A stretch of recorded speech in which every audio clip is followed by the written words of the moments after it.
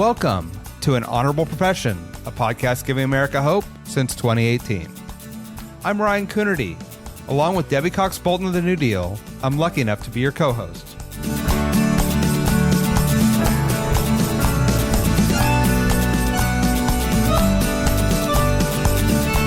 An Honorable Profession is a New Deal Leaders podcast. The New Deal is an organization that supports the next generation of American leaders.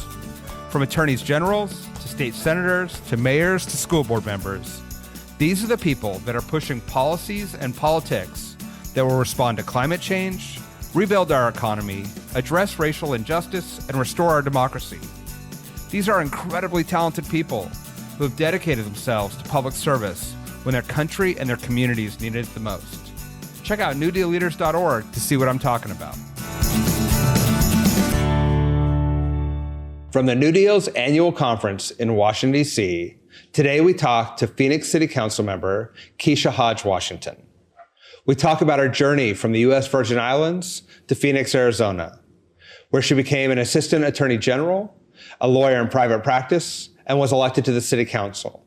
Now she's fighting to ensure that big investments create a broad-based workforce and economic opportunity for constituencies, planting 27,000 trees in her city, and ensuring that people who are facing eviction have a right to counsel. She's a deeply committed public servant, and I know you will enjoy her story today. Phoenix City Council member Kesha Hodge Washington, welcome to An Honorable Profession. Thank you. My pleasure to be here, Ryan. Let's start with the fact you're from the Virgin Islands, your parents were a mechanic and a bookkeeper, and now you find yourself on the Phoenix City Council. It feels like that's a million miles away. Tell us about that journey. Well, I didn't have much saying where I was born and raised. My parents, I call them salt of the earth people, hardworking. They always instilled in me the value of an education. I'm the middle child. I knew that early on that I wanted to go to college. I wanted to always be a lawyer. Unfortunately, in the islands, there is no law school. So I knew that I would have to move in order to make that dream a reality. I left at the age of, I just turned 20. Wow. And I came to Arizona. I was looking for a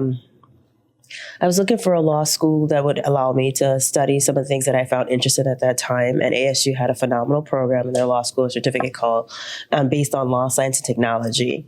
At that time, Dolly, the sheep, had just been cloned, and it had just totally piqued my interest in what would happen with the intersection of law and the advances we were making in science. So that was my major motivator to move to Phoenix, Arizona. Actually, that and the weather. I'm not a fan of cold weather. I grew up in the islands. I have a very low resilience for cold. So I was like, oh, we'll try the desert. It was a little warmer than I expected when we landed. I still remember to this day when we landed, my mom was with me. And it was, I think it was 114 that day, and we got off and we were exiting.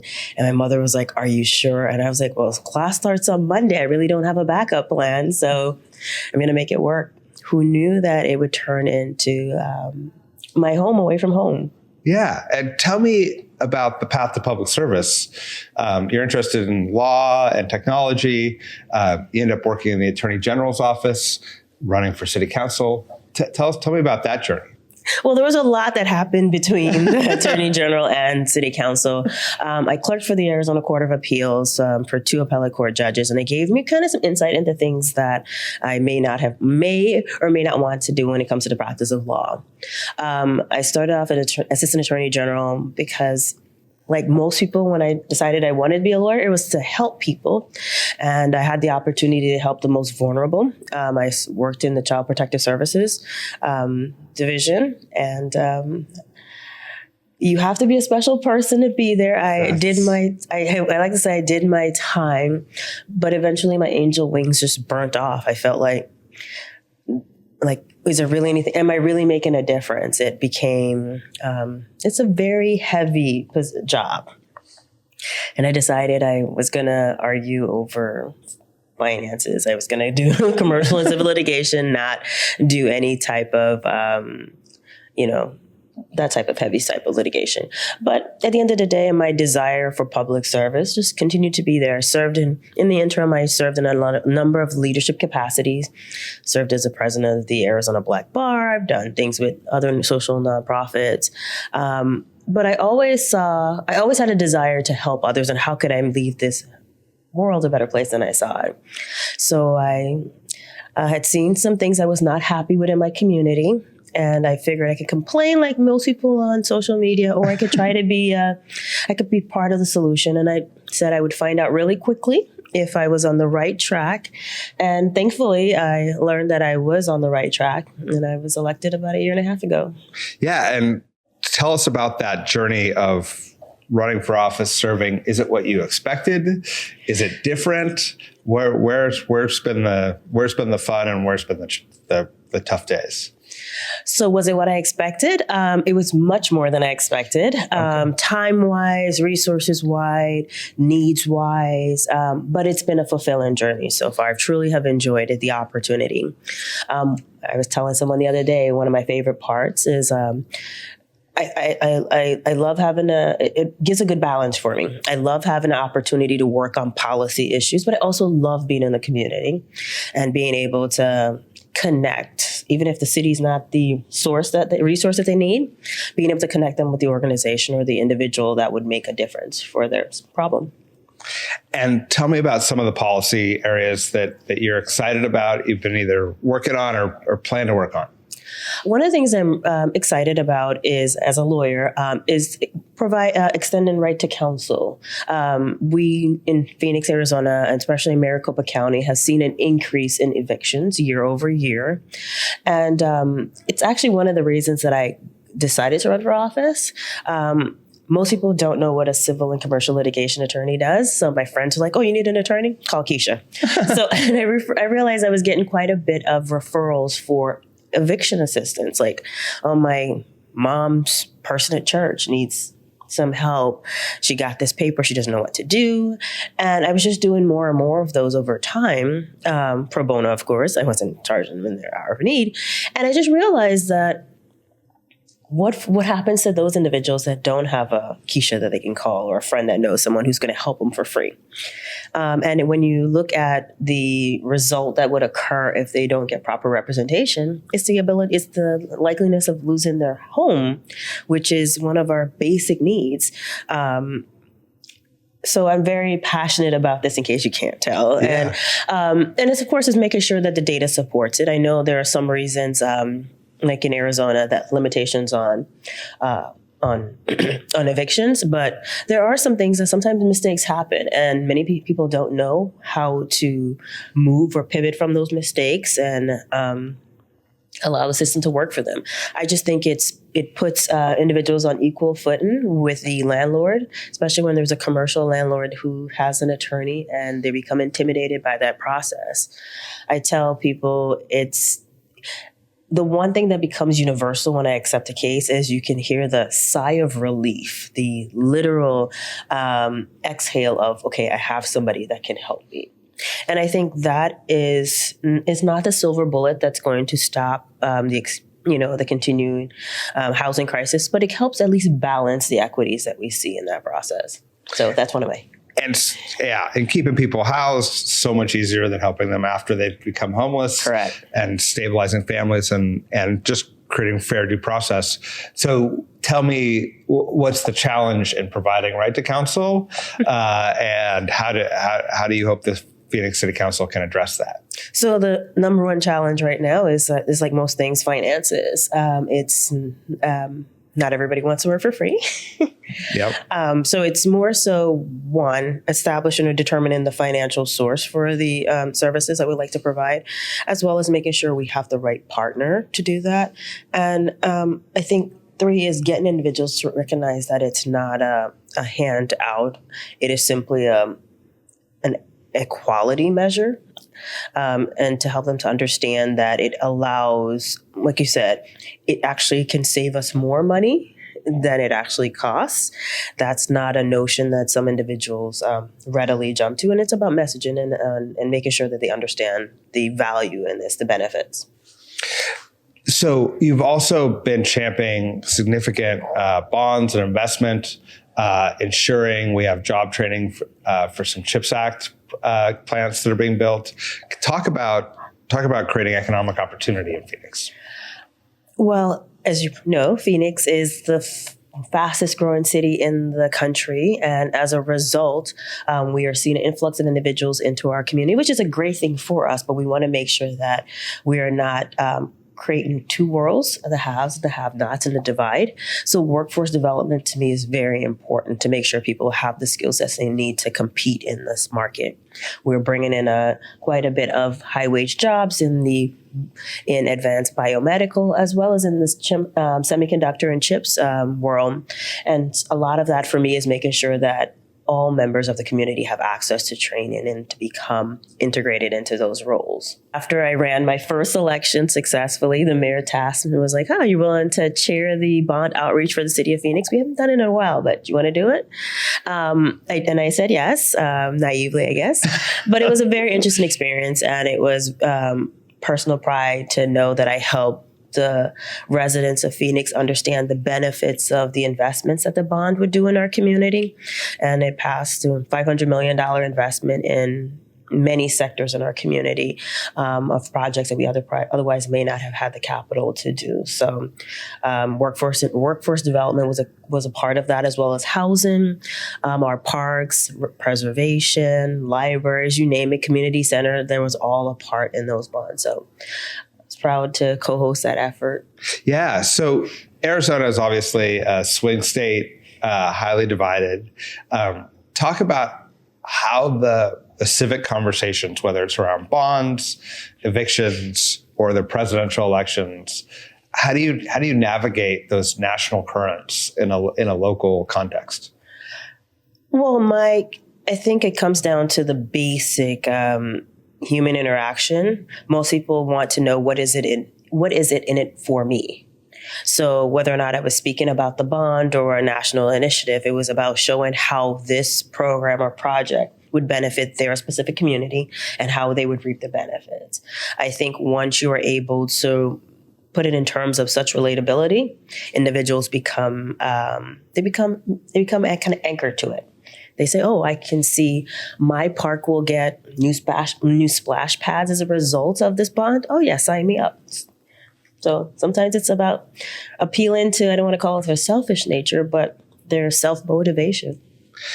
And just give us a sense, it felt like Arizona was well on its way to heading blue. You get Democratic governor, Democratic senator, and significant federal investments through the CHIPS Act and the IRA and different initiatives from the Biden-Harris administration. Why do you think that didn't resonate maybe in the presidential election in November? There's a couple things. I think, as I heard earlier today, I think it's accurate.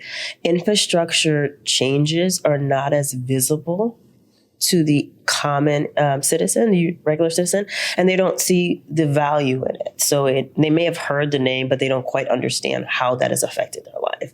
And I think we could have done a little different in messaging and making sure that information was properly and adequately conveyed. Two, I think it came down also to, like I said, people think about what benefits them. And it's those kitchen table conversations. And right or wrong, many individuals think that economically they were in a better situation 4 years ago.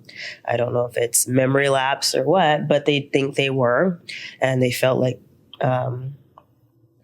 business could be better. And how do we make it cheaper and more effective for them? They saw that as a path. And I really think there needed to be, I don't know, maybe I'm second Monday morning quarterback in as well. But I think there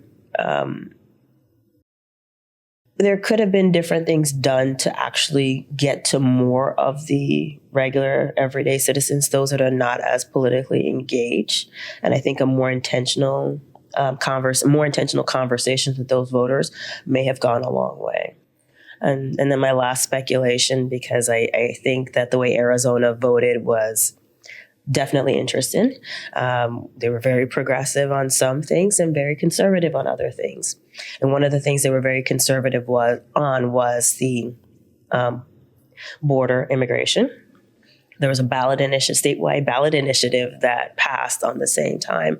And that has been a strong message for the Republican Party. So I think kind of all of those factors may have weighed into it. Okay. Well, we'll hope 4 years from now, folks are ready to maybe see some of those infrastructure investments and the party does a better job about communicating and outreaching to all the populations we need to. You mentioned when you got off the plane in Phoenix, it was 114 degrees. Certainly climate change is impacting everybody. It's definitely impacting the folks in Phoenix. The city council has made a commitment to plant 27,000 trees. Yes. Can you talk about that effort and also just how do you build resiliency in a world of longer, hotter summers and more severe weather events? And I think our shade, so we are, I think we might be the only major city with an Office of Heat Response and Mitigation. And that has been kind of our policy arm in addressing some of these issues, because we realize that this is not an issue that's going to go away overnight. In fact, if it's not addressed, it continues to get worse. This summer, we saw 113 straight days of over 100 degree consistent. Wow. Even at midnight, it was still 100. Those are treacherous conditions, dangerous for individuals, especially those that are vulnerable, and we have to be intentional in how we deal with it. The tree and shade plan that we recently recommitted to and the investment that goes along with it is one of the steps that we need to take. Trees are nature's natural coolant. The shade is also it can make the difference between what has been shown, at least sometimes almost 7 to 8 degrees difference just by placement of the shade. So I'm looking forward to us, especially getting them into neighborhoods that have been historically disenfranchised, that don't have the investment in trees. They also don't tend to have some of the other basic things that are necessary. So if we can at least start with that, we cut down some of their energy usage because we have some natural cooling. It also makes it more enjoyable bearable to be outside. And hopefully, the cooling effect that comes with trees is also something that can't be underestimated. So I'm excited about the tree and shade plan because, like I said, many communities will be like, oh, why don't we have the lush trees that you'll see in some of the more affluent districts? And yeah, those trees were planted years ago. So they're much more mature. They're more developed. They have more of a canopy. So it does feel cooler when they go for an afternoon walk. That's amazing. The scale of 27,000 trees that's enormous when you think about how much effort that's going to take, but then how much impact it can have, especially over time as those trees develop. Yes, and that's the goal. And the goal is to plant trees that provide right type of shading as well as don't require too much water. As you mentioned, we are in a desert, and we have to make sure that our water conservation is also considered as we do this as well. And they don't need to be. I don't have a green thumb, unfortunately, and they don't need to be the ones that require significant amount of care and investment. We want to make sure that we take care of them, but they don't have to be coddled in order to flourish. Yeah. So we are all facing 4 years of under a Trump administration, and at least for 2 years, Republican control of the House and Senate. How do you plan to manage that, and what are you going to be working on as City Council for the next couple of years? I've actually been thinking about that since the election because, some of the things that I thought we needed may not fly under the incoming administration. But one of the areas that most communities agreed that under the prior administration worked kind of aligns with one of the areas that I focus on, which is economic development in my community. And I happen to have an opportunity zone as well. So I know that is one of the areas that did benefit when under the last administration. So that's primarily going to be my focus. It was going to be my focus anyways, but it just kind of more mutually aligns. I want to continue to bring the needed amenities and services into the communities that need them based on their needs, such as retail attraction plan. I need a healthcare partner in one part of my district. ensuring that those individuals who have been involved in our criminal justice system are incorporated back into our workforce in a meaningful manner as second chance employers. And how do we extend those opportunities? Small business development is a key area for me. One of the initiatives I'm very excited to see go forward. We recently approved it at this within the last month on council, is bringing more of kiosks into our airport that highlight our small businesses. Oh. Because otherwise they could never. It's really hard for them to provide the investment that's necessary to get into an airport, especially like ours. So by doing it through a kiosk system, it allows them for more exposure, and it allows them to possibly grow their businesses and just learn about how it is to upscale their business and creating more opportunities and generational wealth for those that probably would not have had access to those opportunities. I just love it. And I always love when I'm passing through an airport or spending some time when you get to be exposed to some of the small businesses and not just the same national chains you see everywhere. It's Correct. Like it gives you a real sense of the place that you're either visiting or stopping through. I love that. Cool. That's one of the things I'm very excited about. Cool. And tell me, I mean, you've done public sector work as an attorney, assistant attorney general. You've done private sector work as an attorney. You're on council now. How do you think about where you should spend your time and talent to have the most impact going forward? I mean, I've enjoyed so much of public service. It reminds me of kind of why I got into the practice of law to begin with. So I get a lot more joy out of the public service work. It's, of course, a lot more demanding than, I guess, some of my private sector items. But the joy and the fulfillment and the opportunity to make meaningful change for others is really what drives me. That's amazing. And we love having you part of New Deal. We are at the annual conference here in Washington, D.C., where everyone's developing strategies, stealing ideas from each other, and then go back home and they take full credit for it, as they should. And we'd love to have you on the podcast today. Thank you for taking the time. Thank you so much. I enjoyed myself. It's a pleasure to be here. An Honorable Profession is a New Deal Leaders podcast. Thanks to the team at New Deal for producing this episode.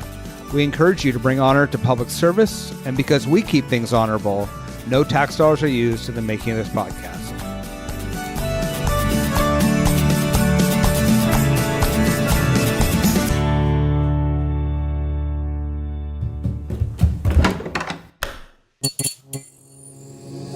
This podcast is part of the Democracy Group.